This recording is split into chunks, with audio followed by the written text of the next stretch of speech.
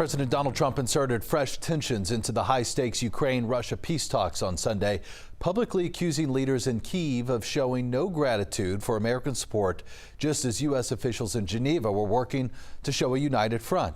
Joining us now is NBC's Washington correspondent Alice Barr. And Alice, walk us through just how fragile this peace process is and how wide open these cracks are right now. Yeah, good morning, Dan. This is something that President Trump has been promising along the campaign trail and pushing for since he began the second term, having said he could end this war very quickly, and then finding that it is a tricky one, that there are very entrenched feelings and very serious conflict on both sides.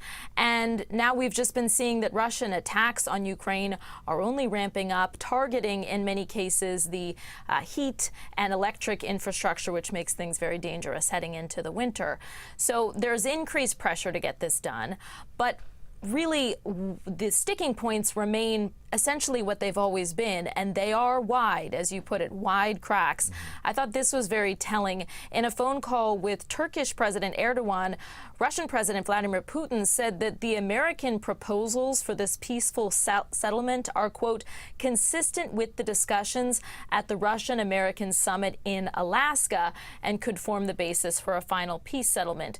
So coming out of that summit in Alaska, the Russian-American meeting, there was a lot of criticism that Russian President Putin had been able to influence the discussions and had been able to influence President Trump to come up with something that was more favorable to Russia. And that is the same objection that we're getting now, that a lot of the principles here that have been laid out are things that Ukraine has said are a red line that they will not cross. So it's difficult to see how you bridge that gap. So they're drawing the red line, and it appears the White House trying to press Ukraine to cross that red line in accepting this 28-point peace proposal, and they want them to do that by Thanksgiving, which, 72 hours away. How realistic is that timeline? Yeah, I think President Trump likes a deadline. He likes to put things in terms like that to try to move things along with urgency. He did say, President Trump, that he posted that he's feeling optimistic that things, in fact, may be progressing toward a resolution.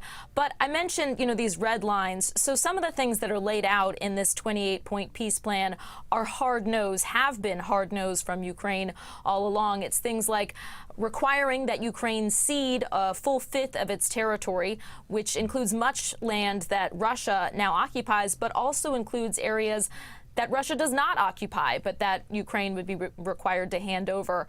It requires the shrinking of Ukraine's military by about a third, and it cuts off a path to join NATO for Ukraine. Those are all things that Ukraine has long said would be necessary to arrive at peace, and things, by the way, that European allies really want to see happen. They've come up with an alternative proposal that is more friendly to Ukrainian interests.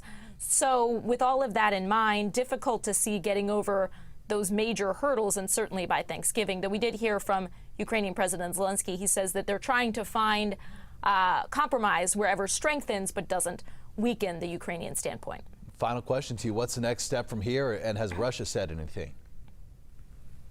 Yeah, we did hear from the top diplomat to Russia saying that they have not received anything formal or rather top diplomat from Russia saying that they have not received anything formal from the U.S. and Ukraine coming out of these discussions. And so he would not sort of speculate about whether they would find any of what's been agreed upon acceptable. He noted that there was a joint statement from the U.S. and Ukraine saying that they had amended the framework for peace, and so he said they would have to see what that looked like, that right now there are no formal meetings set between the U.S. and Russia, and they're waiting for final word on what really we're talking about here. Okay, Alice Barr, thank you as always.